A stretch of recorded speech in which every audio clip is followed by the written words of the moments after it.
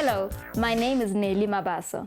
If you're one of those people that don't know why you should bother spending your valuable time doing science homework, then the series we are starting today is one you should not miss. In this series, we will investigate the physics topic of forces and momentum. There are hundreds of examples of forces in action in our everyday lives. The fact that humans don't float around in the atmosphere but have their feet firmly on the ground can be explained by the scientific laws that deal with forces. Understanding forces can also help you become better at your chosen sport, and it can even save your life. Before we continue, let's have a look at what we want to achieve in today's lesson. By the end of this lesson, you should be able to describe what force is, state and apply Newton's third law, draw free body force diagrams, and describe the effects of force. Now, you should have heard about forces in physical sciences before. For example, I'm sure you remember that all objects on Earth are subject to the force of gravity. You should also be familiar with the forces of attraction and repulsion between the poles of two magnets and the electrostatic force that exists between charged objects. Keeping what you already know about forces in mind, let's look at some examples of forces in action a little more carefully. I'd like us to see if these examples can tell us exactly what force is, scientifically speaking.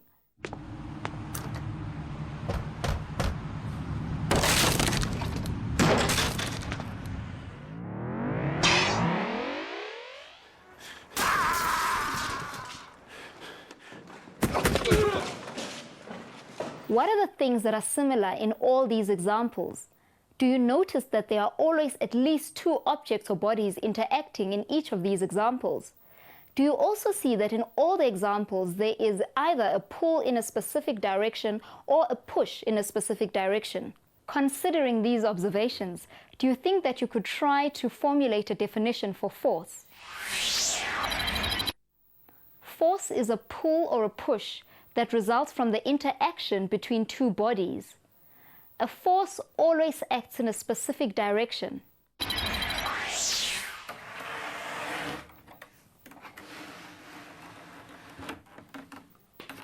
How did you do? Were your conclusions similar to mine? I'm sure they were. It is important for you to remember that when we describe a force, we must first identify the agent that is exerting the force. In other words, what is exerting a force on a body or an object? Then we have to specify the size or magnitude of the force, as well as the direction of the force. This means that force is a vector. Remember, a vector is something that has both magnitude and direction. Now, force can be divided into two main groups. The forces that we recapped at the beginning of the lesson, magnetism, gravity, and electrostatic forces, are called non-contact forces. These forces act over a distance, which means that objects don't have to touch each other to experience a force. This type of force normally has a force field associated with it. The second group of forces are called contact forces. These include a direct push or pull, frictional forces, and air resistance. Here the bodies or objects that are interacting physically have to touch each other in order to exert a force on each other. Well, I hope that you're starting to get a pretty good idea of what force is. And if it is not crystal clear yet, don't worry, it will become clearer as we work through more examples. Next, I would like to show you how we measure force. In other words, how we find the magnitude or the size of the force exerted. We measure the magnitude of force using a spring balance. The stretch of a spring is proportional to the force acting on it. In other words, a spring stretches more when a larger force acts on it than it does when a smaller force acts on it. This is the principle on which the spring balance is designed. The SI unit of force is the Newton, to honor the work done by Sir Isaac Newton in the latter part of the 17th century. So this spring balance measures the size of a force in newtons.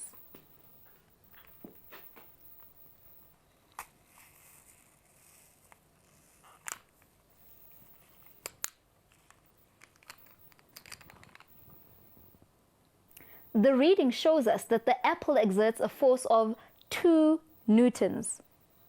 Let's go to a school playground and measure the forces in a tug of war using a couple of spring balances.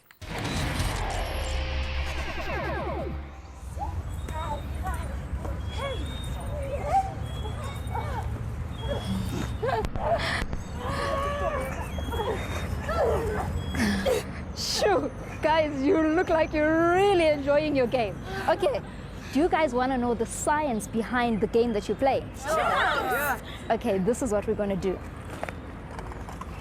I'm going to measure the force with which you're pulling against each other, okay? We're going to take the two guys, okay? What's your name? Zweli and? Tapelo. Okay, you guys grab each side of this.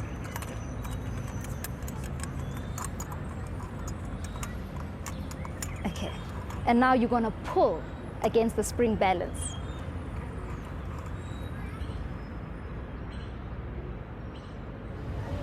It looks as if Tapelo and Zweli are both pulling with a force of 50 Newton. Okay guys, now pull harder and let's see what happens. Now you're both pulling with a force of 70 Newton. Okay, Dineo, why don't you switch with Zweli?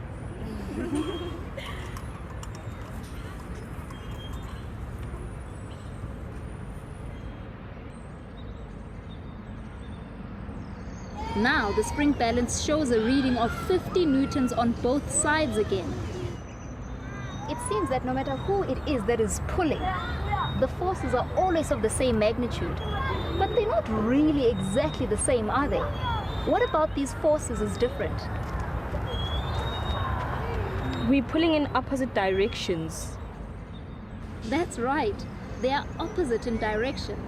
The simplest way to show the direction of a force is by using a sign. Let's say that the force to the right is positive 50 newtons. Then the force acting to the left must be minus 50 newtons. This shows that the magnitude of the forces are the same, but they pull in exactly the opposite direction. They have an opposite sign. Sir Isaac Newton made similar observations when he studied the way bodies or objects interact with each other, and he described these observations in his third law. Newton's third law states that if body A exerts a force on body B, then body B exerts a force equal in magnitude and opposite in direction on body A. You may be more familiar with the version of this law that says, for every action there is an opposite but equal reaction. This is an incredibly important scientific law. This applies to every interaction between two bodies or objects. There are no exceptions. But that doesn't sound right. If the forces are equal but opposite, then why did Dineo move? The forces should have cancelled each other out.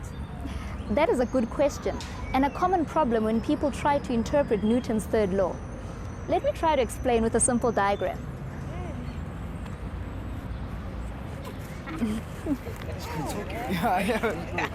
Okay. When Tapelo, body A, is pulling Dineo, body B, towards him, he is exerting a force of positive 50 Newton on Dineo, body B. Newton's law says that at the same time, Dineo is exerting a force that is also 50 Newton, but opposite in direction. We write it as minus 50 Newton. These forces are what make the rope taut, but there are other forces acting on Tapelo and Dineo that are not equal. The reason that Dineo starts to move towards Tapelo is not due only to the force in the rope.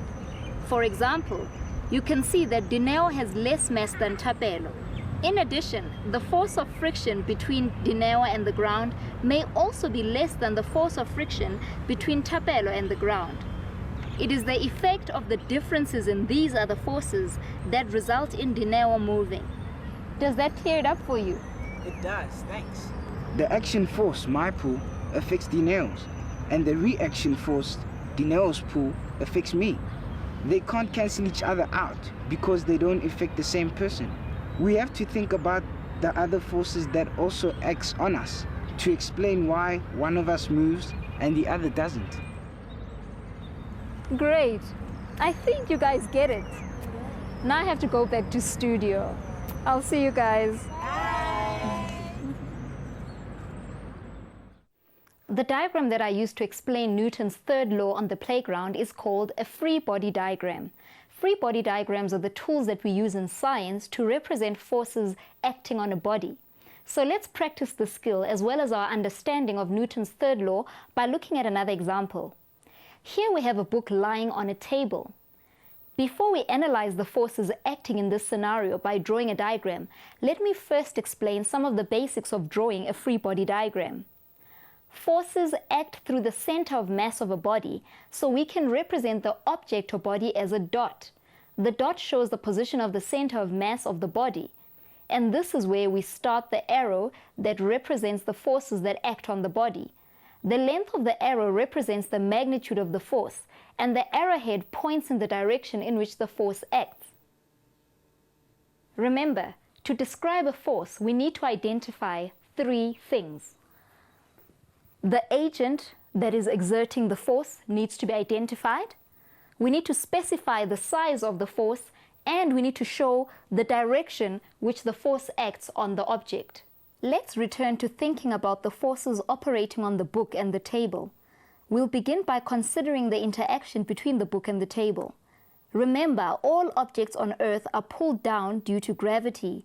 The Earth must be exerting a force on the book.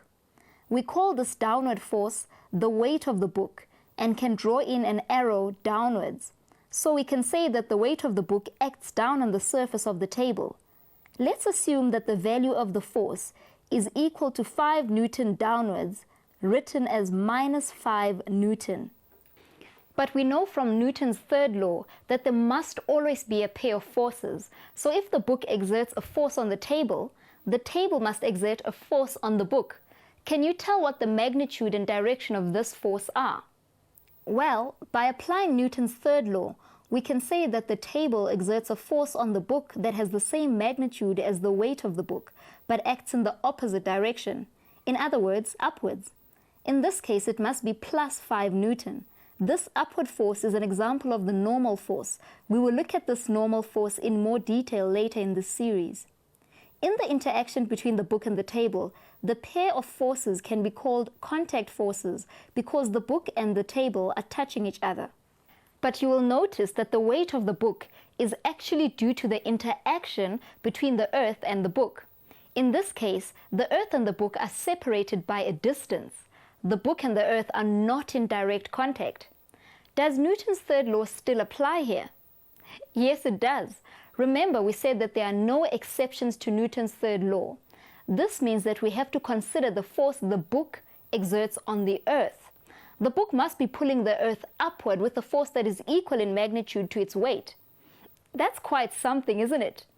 All the objects on the Earth that are subject to a downward gravitational force are actually pulling the Earth upwards with an equal and opposite force. Finally, I would like us to look at a few more examples of force in action to find out the effect of force when it acts on a body. Force can accelerate things.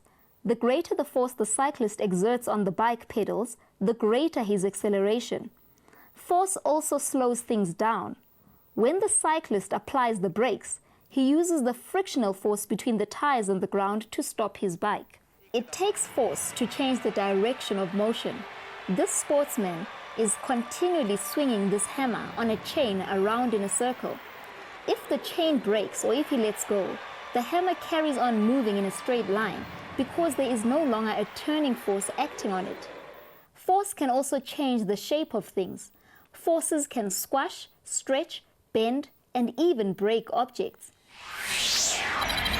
To summarize, we can say that force has the ability to change the type of motion of a body, the direction of a body's motion, and the shape of a body, and even to break things. So, does knowing how forces act help us to minimize force in a motor car accident? What are essential safety features to help us save lives in a car accident? We will find answers to these types of questions as we learn more about motion and force. Before I say goodbye, please take down your task for today. Here's a girl playing with a model motor boat. With the remote control, she sends a radio signal to the boat, and this signal adjusts a switch to speed up the boat's motor and its propeller. Apply Newton's third law to this scenario by drawing a free body diagram labeling the forces between the boat and the water. In the next lesson, we will discuss momentum and the part that it plays when bodies interact with each other. Join me then.